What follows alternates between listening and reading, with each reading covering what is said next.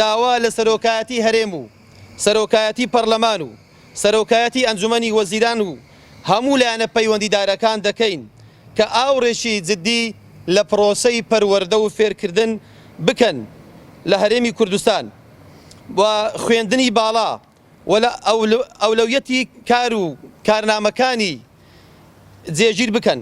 ئەم داواکاری و پێداگیریمان لەوە سەرچاوەی گرتووە کە هەرچی گۆڕانکاری باشەیە بە پەروەردە و فێرکردنێکی باش دەبێت.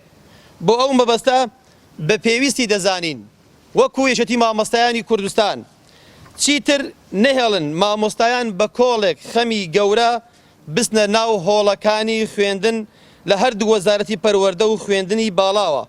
لەو بارەوەیەوە دەبێت پێویستە لەسەر حکوومەتی هەرێمی کوردستان موچە بەبێ لێبڕین و پاشەکەوت هەموو 30 ڕۆژجارێک بدرێت لەبەر ئەوەی مامۆستایان بە تەواوەتی نیگەرانن لە باری داری ئابووریان.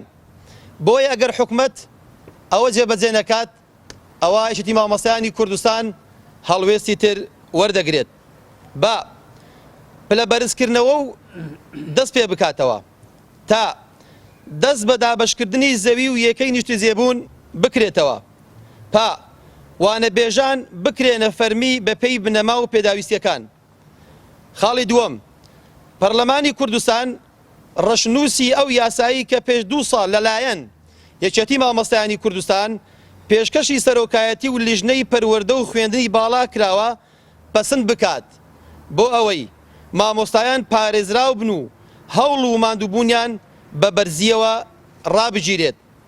سێەم، بودجەی پێویست بە هەرچۆنێک بێت بۆ پرۆسەی پەروەردە و خوێندنی باڵا تەرخان بکەن چونکە ئەوەی تا ئێستا کراوە بەرجەستەی پەروەردە و خوێندنی باڵایەکی باش ناکات و هیواکانی لەسەر هەڵناتنرێت.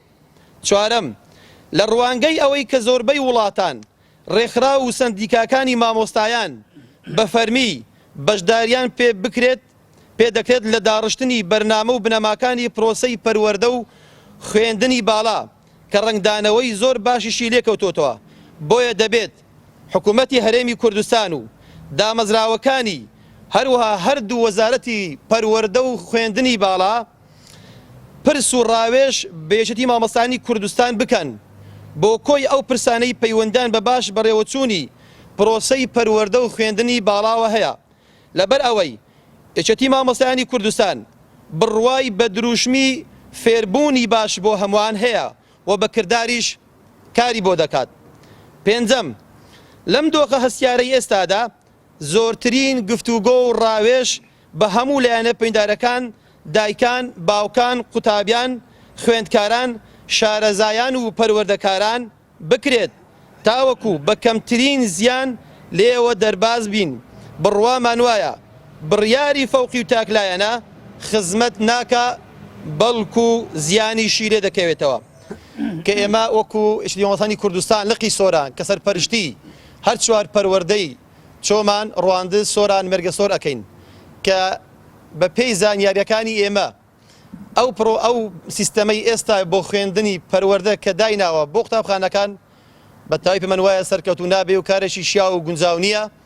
بۆیە داوا ئەکەین کە حکوومەت بیری لە بەدیلی تر بکاتەوە بۆ ئەوەی خوێندنی مامۆستایان خوێندنی قوتابی جگەرگۆشەکانمان بە هەدەر نەڕوات.